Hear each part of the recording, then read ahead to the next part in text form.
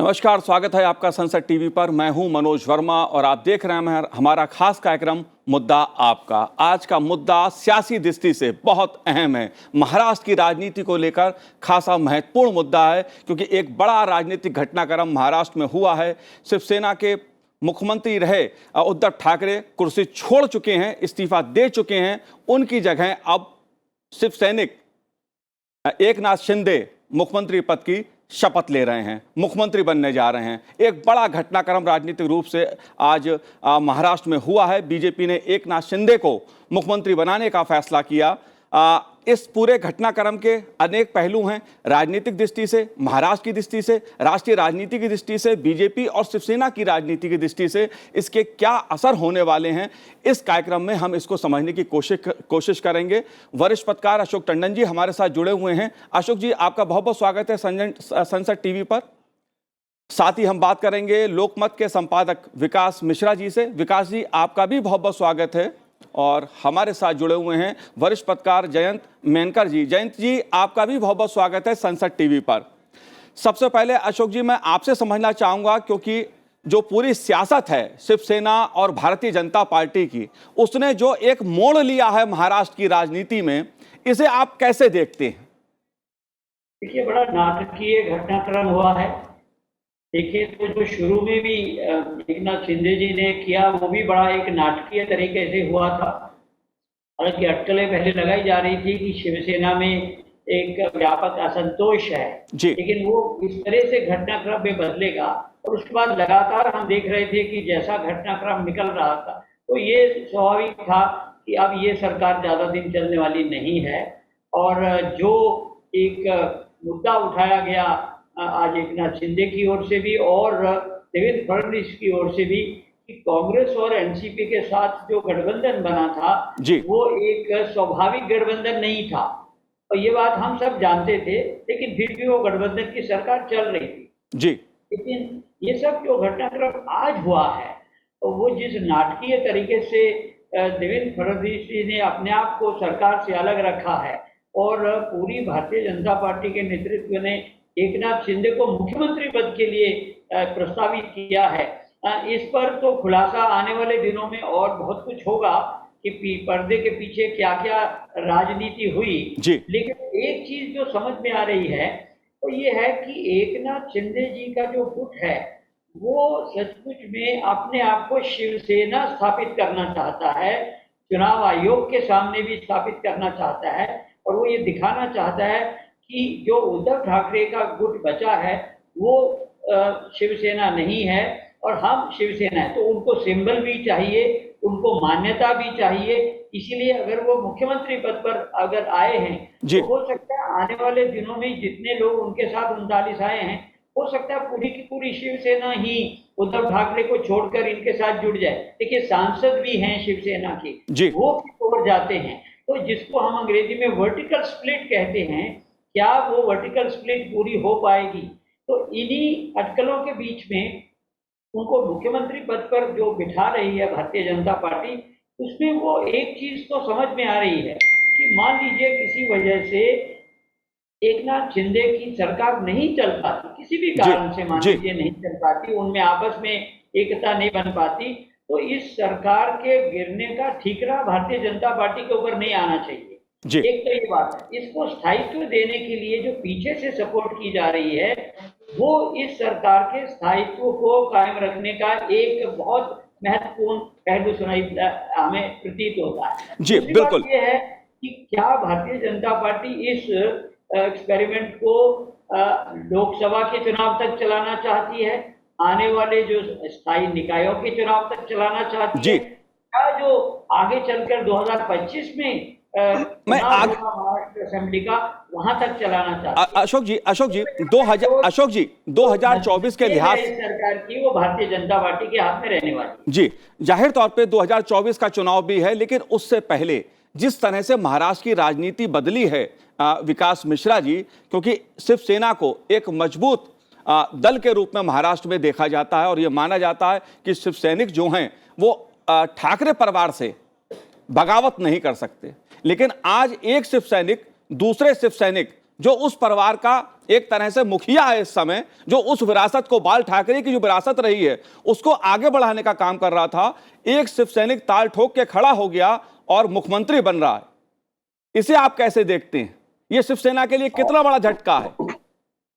मनोज जी, अगर आप देखें तो शिवसेना में बड़ा व्यापक परिवर्तन आया है। परिवर्तन यह है कि अगर बाला साहब ठाकरे के समय की बात अगर आप करें तो कोई सांसद या कोई विधायक बाला साहब से सीधे नहीं मिल सकता था जी। उस समय शाखा प्रमुख जो है वो सबसे मजबूत हुआ करता था और उसके माध्यम से ही मुलाकात होती थी, है ना। उस समय कोई इस तरह का नहीं था कि विधायक और ये ज्यादा प्रमुख हुआ करते थे। जो शाखा प्रमुख था वो ज्यादा महत्वपूर्ण हुआ करता था।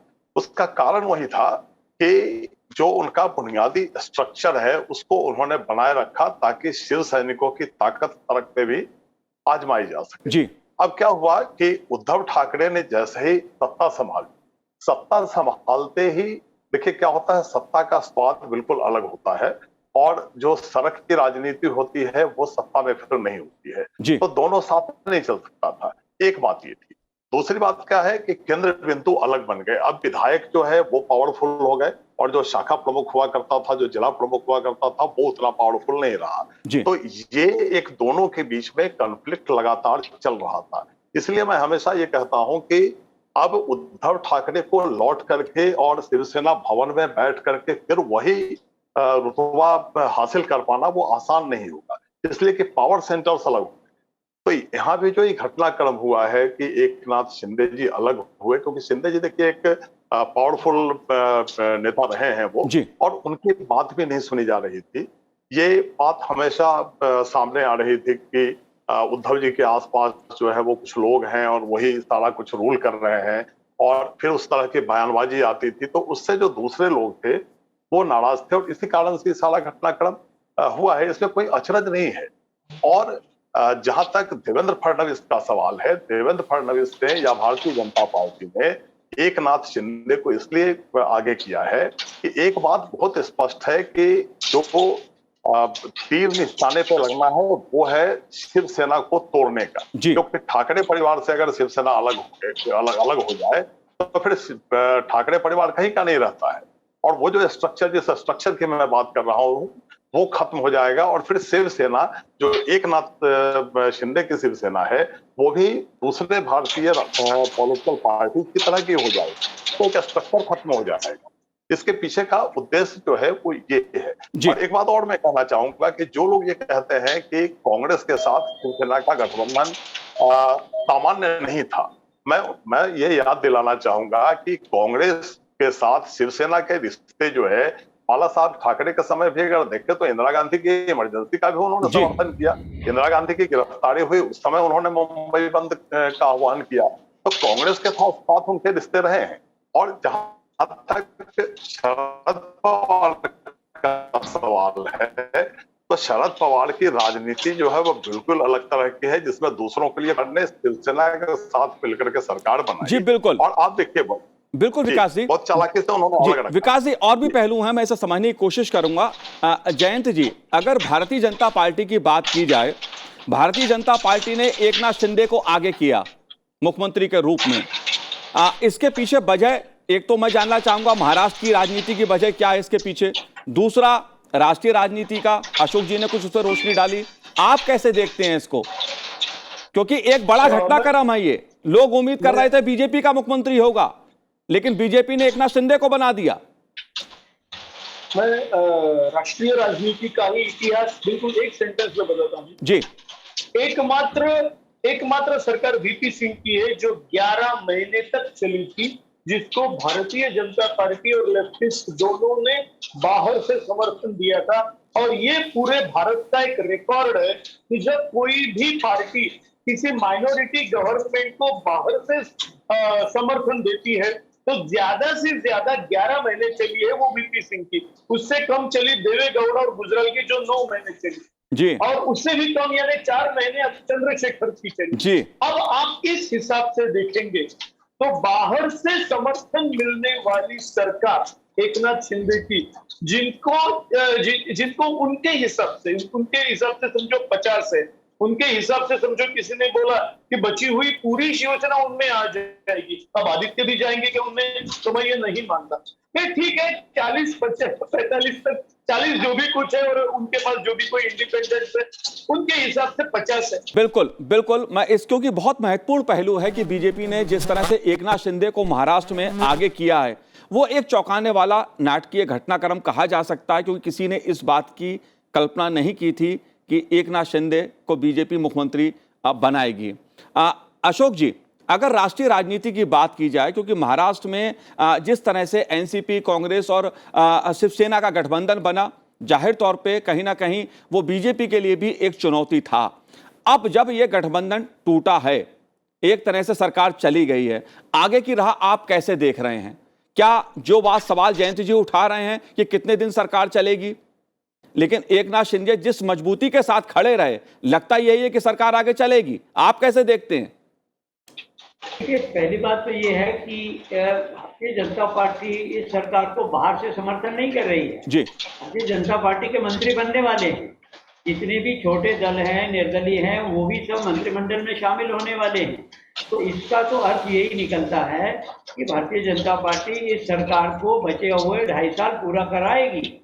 लेकिन इसमें जो तुरंत राष्ट्रीय राजनीति पर जो आप जानकारी चाह रहे थे, क्या है कि भारतीय जनता पार्टी आने वाले जो निगम के और स्थायी निकायों के चुनाव हैं उसमें एकनाथ शिंदे के गुट को लेकर अगर मैदान में उतरेगी तो स्वाभाविक है कि उनको उसमें बहुत बड़ी सफलता मिलने वाली है जी। आगे चलकर। जैसे देखिए, मुंबई म्युनिसिपल कॉर्पोरेशन है जिस पर लगातार शिवसेना का 15 साल से कब्जा रहा है, अब वो कब्जा जो निकल कर आएगा हाथ में तो भारतीय जनता पार्टी और एकनाथ शिंदे वाली शिवसेना के हाथ में आने वाला है।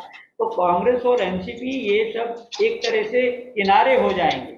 आगे चलकर 2024 में लोकसभा का चुनाव आने वाला है, उस लोकसभा चुनाव में भी भारतीय जनता पार्टी चाहेगी कि उनको जो 2019 में बड़ी सफलता मिली थी वो कायम रहे, कम से कम वहाँ सीटें कम नहीं हो। तो उस दृष्टि से भी राष्ट्रीय राजनीति में ये जो गठबंधन बना है, ये अगर चलता रहेगा तो भारतीय जनता पार्टी को इसका सीधा सीधा लाभ 2024 के लोकसभा चुनाव में भी होगा। और फिर 25 में जब महाराष्ट्र का चुनाव आएगा तो ये गठबंधन, और इसमें तब तक एकनाथ शिंदे का गुट पूरी तरह से शिवसेना अपने आप को स्थापित कर चुका होगा। तो ये जो अलायंस 2017 में हुआ था, जो पिछले आम चुनाव में महाराष्ट्र में हुआ था, 2000 हम देखें तो 2.5 साल पहले, उसमें भी तो शिवसेना और भारतीय जनता पार्टी मिलकर ही लड़े थे, मुंबई में भी मिलकर लड़े थे। तो अब ये गठबंधन एक तरह से फिर से पुनर्स्थापित हो गया है, केवल और केवल इसमें उद्धव ठाकरे बाहर हुए। तो जो गलती शिवसेना ने की, जैसे आज देवेंद्र फडणवीस भी कह रहे थे कि हमारा एक स्वाभाविक गठबंधन चला आ रहा था, लेकिन पिछली बार जब 106 सीट भी जीती भारतीय जनता पार्टी, तो एक बिल्कुल जिसको कहते हैं अस्वाभाविक गठबंधन बनाकर महाअघाड़ी और शिवसेना चली गई कांग्रेस और एनसीपी के साथ। ये शिवसेना के सांसदों और उनके विधायकों को मंजूर नहीं था।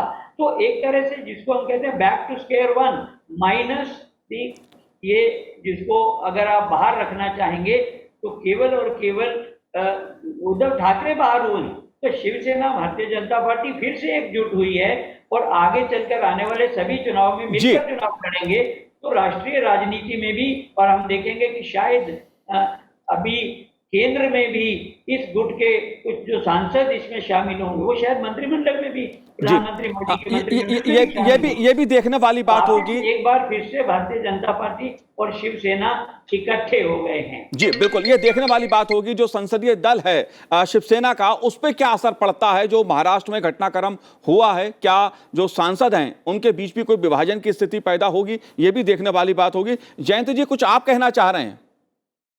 देखिए, मेरा ये मानना है कि अभी से हम ये देख के चलना कि ये 39 आ गए, इसका मतलब ये है आगे पूरी यही शिवसेना, एकनाथ शिवसेना कायम रहेगी। पहली बात, देवेंद्र नहीं जा रहे हैं और 50 आदमियों के ग्रुप के पीछे। जी जयंत जी, मैं आता हूं आपके पास। आपके विकास जी, मैं आपसे एक चीज समझना चाहता हूं। एकनाथ शिंदे पुराने शिव सैनिक हैं, ठाकरे परिवार के भी खास रहे, कई जिम्मेदारियां उन पे अहम रही। ऐसी उनकी क्या ताकत है कि आज वो मुख्यमंत्री बन गए?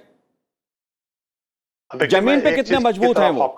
जी मैं एक चीज की तरफ आपका ध्यान, जैसा अशोक जी बता भी रहे थे, जो नगरीय निकाय चुनाव है, जो मुंबई कॉरपोरेशन के चुनाव है, 18 राज्यों से ज्यादा का बजट होता है मुंबई नगर पालिका महानगर 40,000 करोड़ का।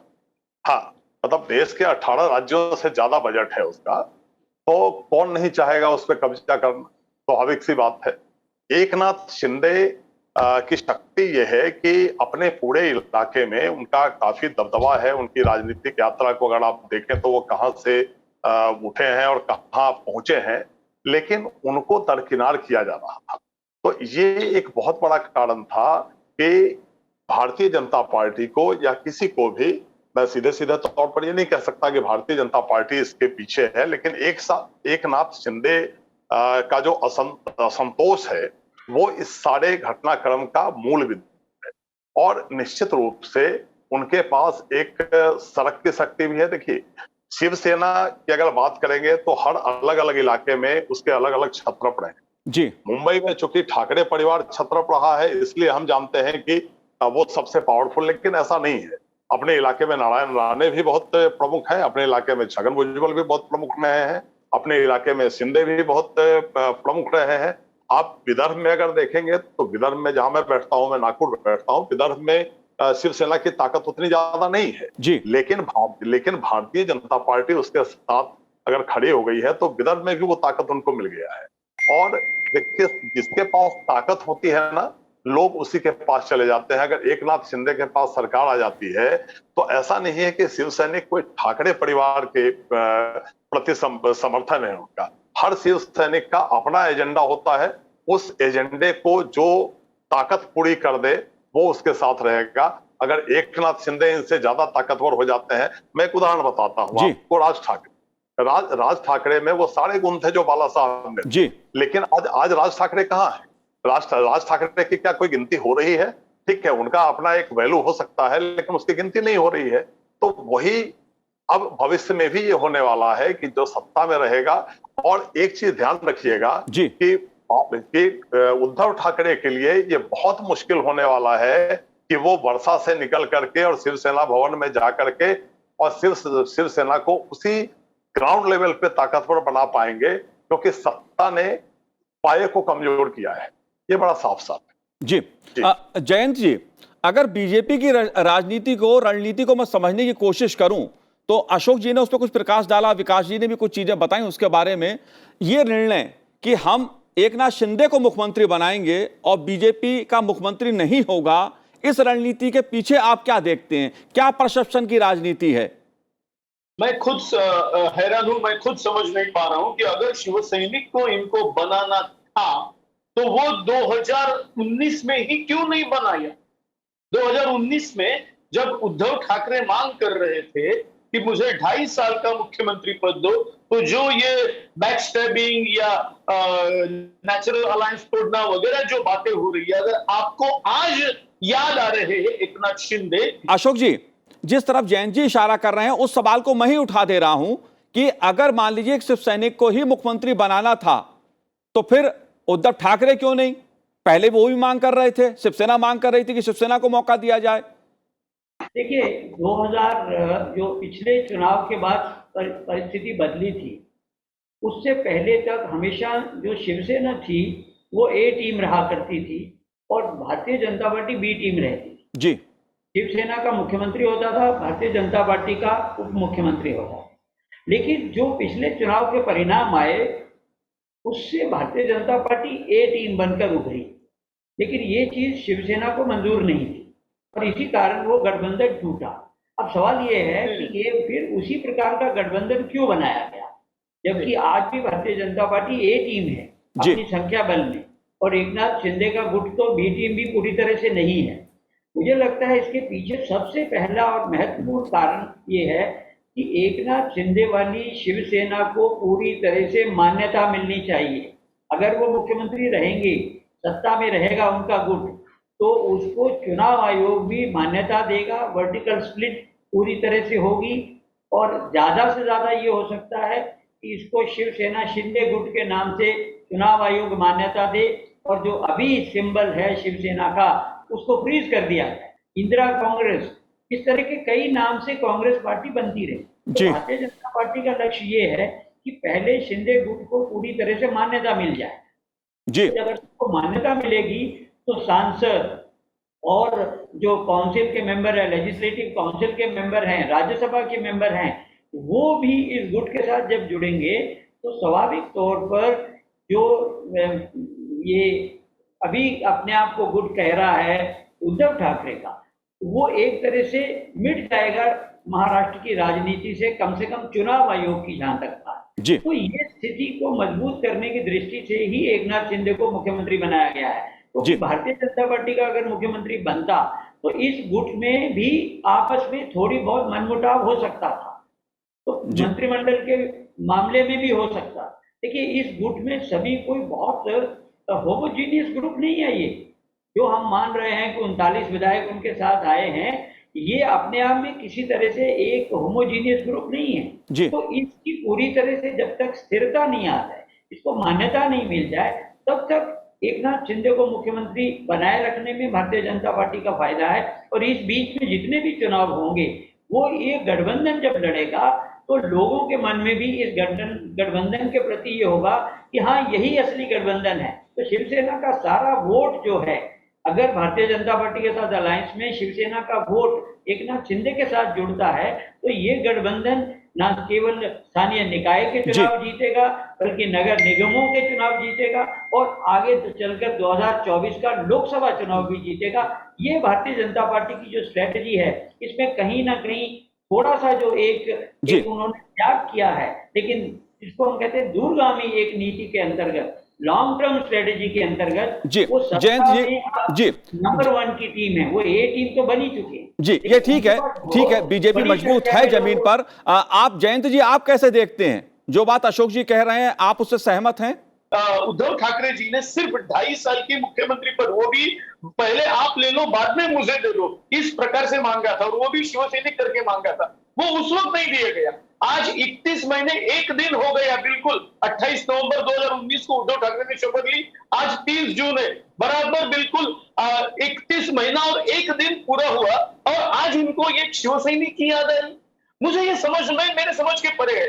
ये मुझे डीप रूटेड कॉन्स्पिरेसी लगती है, मेरे को ये डीप रूटेड पॉलिटिक्स लगता है। अच्छा देखिए, जहां तक कि उन्होंने कहा कि शिंदे की शिवसेना को हम बड़ा बनाएंगे, व्हाटएवर। एक तो जितनी राजनीति भारत की मैं जानता हूं, जो फैमिली पॉलिटिक्स है भारत के, सिर्फ भारतीय जनता पार्टी, कुछ 76 और कम्युनिस्ट, ये 2 पार्टियां छोड़ के बाकी सभी पार्टियां केवल फैमिली फिफ्डोम है। कांग्रेस से लेके शिवसेना के लेके बिल्कुल केरला और नेशनल कांग्रेस सभी बिल्कुल अपनी जी जयंत जी, तो ये शिवसैनिक जो है वो शिंदे को वोट नहीं करते, मान लीजिए, वो उद्धव ठाकरे को करेंगे। ये समय, जयंत जी आप जो कह रहे हैं वो समय बताएगा, लेकिन विकास जी बहुत संक्षेप में मैं आपसे एक सवाल आखिरी लेना चाहता हूं। शिवसेना, उद्धव ठाकरे जी की कुर्सी चली गई, सरकार चली गई, अब पार्टी बचेगी? एकनाथ शिंदे जी तो बीजेपी ने मुख्यमंत्री बना के आगे कर दिया, शिवसेना की पार्टी बचेगी? विकास जी? आसान नहीं है। भारतीय जनता पार्टी जिस तेजी से जी रही है, जाहिर तौर पर यह सवाल एक बहुत बड़ा सवाल है कि उद्धव ठाकरे की कुर्सी चली गई, सरकार चली गई, लेकिन क्या अब उद्धव ठाकरे शिवसेना को बचा पाएंगे? भारतीय जनता पार्टी ने एकनाथ शिंदे को मुख्यमंत्री के रूप में आगे कर एक बहुत बड़ा राजनीतिक दांव महाराष्ट्र की राजनीति में, राजनीतिक दृष्टि से बहुत बड़ा दांव चला है। जाहिर तौर पर इसके कई असर देखने को राष्ट्रीय राजनीति में भी देखने को मिलेंगे, महाराष्ट्र की राजनीति में भी देखने को मिलेंगे। आप तीनों ने संसद टीवी से बात की, आपका बहुत बहुत शुक्रिया, बहुत बहुत धन्यवाद हमसे बात करने के लिए। तो आज हमारे इस कार्यक्रम में इतना ही, मुझे दीजिए आज्ञा, नमस्कार।